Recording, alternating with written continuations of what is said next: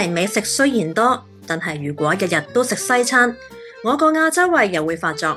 今日我會帶大家嚟到巴黎隱世嘅日本街，試下用20歐元揾唔揾到既地道又好味嘅日本美食，請教我作為呢個香港人嘅思鄉病。咁我哋而家就出發啦！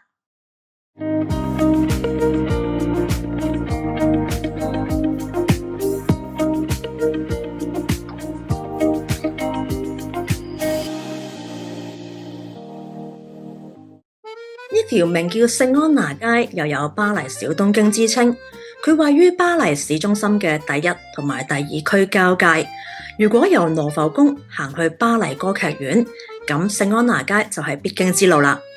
你都可以搭地鐵去到金字塔站，之後大約行5分鐘就到噶啦。喺呢度可以揾到各式各樣地道嘅日本餐廳、時裝店、麵包店、雜貨鋪同埋書局，而近年亦有台灣珍珠奶茶店同埋韓國餐廳進駐呢條街，真係多咗好多嘢揀。今日我哋每去一間鋪，都盡量將預算控制喺20歐元之內，睇下呢嚿錢喺呢條日本街可以點樣使。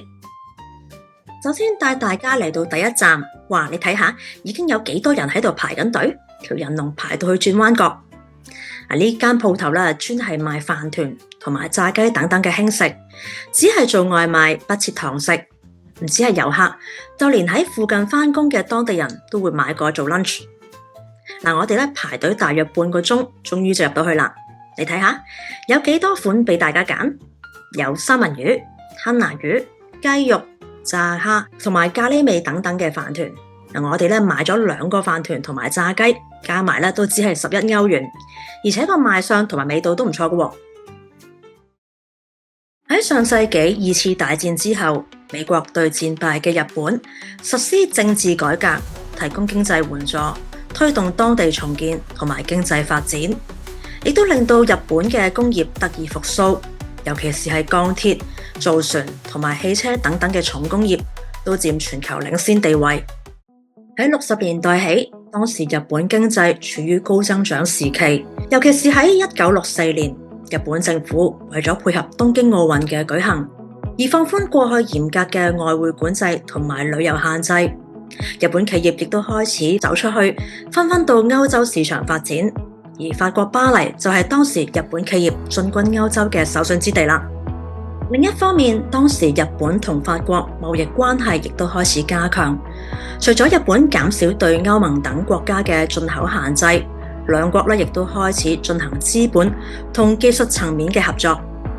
當時法國政府吸引咗唔少日本企業落戶巴黎市中心，由於聖安娜街嘅位置正正就喺當時嘅商業核心地段，就好似而家嘅香港中環蘭桂坊一樣，聖安娜街就成為咗一班高收入嘅日本人嘅聚腳點啦。呢條日本街大大話話都屹立咗喺巴黎超過半個世紀，無論係餐廳嘅數目、食物嘅選擇都非常之多，而且價錢亦都豐儉由人。而家我就帶大家去第2站，係一間傳統嘅中華日式料理餐廳。呢間餐廳門面好似好一般，但入到去就發現裏面比想象中大得多。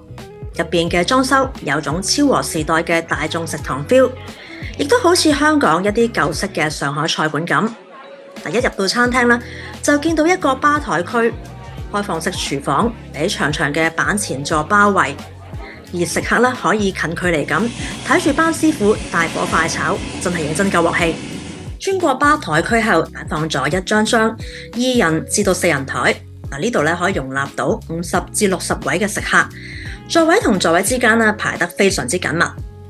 喺呢個餐牌又真係好多選擇。最後我哋叫咗個拉麵、餃子、吉列豬扒蛋飯、咖喱吉列豬扒飯，每人平均消費只係20歐元，咁就滿足咗我呢個亞洲胃啦。其實呢條日本街又點至得亞洲人呢？就咁目測，都有唔少法國人喺呢度揾食，似乎佢哋都好中意日本文化。點解法國人對日本文化咁情有獨鍾呢？咁就要追溯翻喺200年前嘅歷史啦。日本喺江戶時代一直實施鎖國政策，到咗19世紀先至重開港口。開放對外貿易，大量日本嘅進口產品，例如係浮世繪版畫、陶瓷同埋紡織品，紛紛湧入到去歐洲，特別咧係法國嘅巴黎，對日本美學咧非常着迷。呢股風潮咧稱為日本主義 Japanism， 亦深深咁影響到當時西方藝術設計風格。當時咧有唔少嘅畫家都受日本文化所啟發，亦都喺嗰陣時開始，巴黎咧種下熱愛日本嘅種子。其實法國人同日本人都可以話係惺惺相惜，日本人咧亦都好欣賞法國人嘅飲食美學。喺上個世紀80、90年代，唔少日本甜品師傅去到巴黎拜師學藝，佢哋喺最頂尖嘅法式餅房學咗一身好功夫，仲將日本嘅國粹抹茶帶入到去法國嘅烘焙工藝裏面。而呢種法式嘅外殼裏面包住日式口味嘅食物，喺巴黎有極大嘅市場。近年呢股抹茶熱橫掃全個歐洲，但只有喺巴黎，你先會見到將抹茶同埋法式甜品完美咁結合。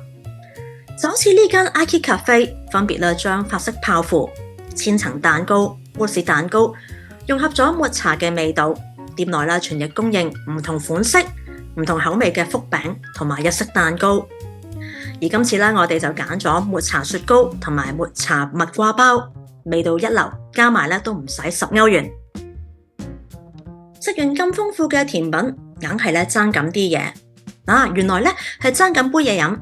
相信唔少香港人都聽過十利茶鋪呢個名啦。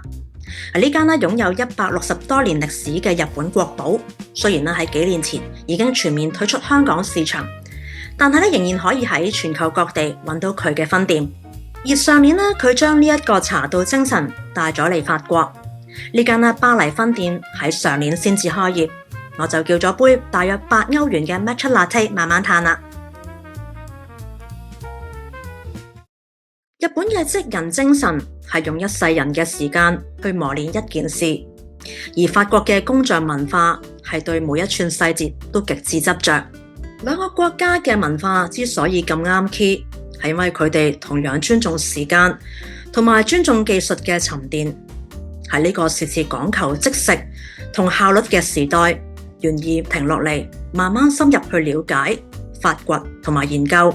呢份專注本身就係一種溫柔嘅力量，默默咁推動呢個世界向前進步。今次帶大家去嘅每個地方都係用20歐元就搞掂，咁大家下次嚟到呢度就揀間最想去嘅食店，又或者使多啲，一次過食晒咁多間，咁就最 perfect 啦。好啦，今集先講到呢度，我會將介紹過嘅食店嘅名同埋地址放喺影片下面嘅描述欄。大家有興趣可以喺下面睇下，仲歡迎大家可以撳 like、comment 同 share、subscribe 我哋厘米細語嘅 channel。今集時間差唔多，我哋下次再同大家用心看世界。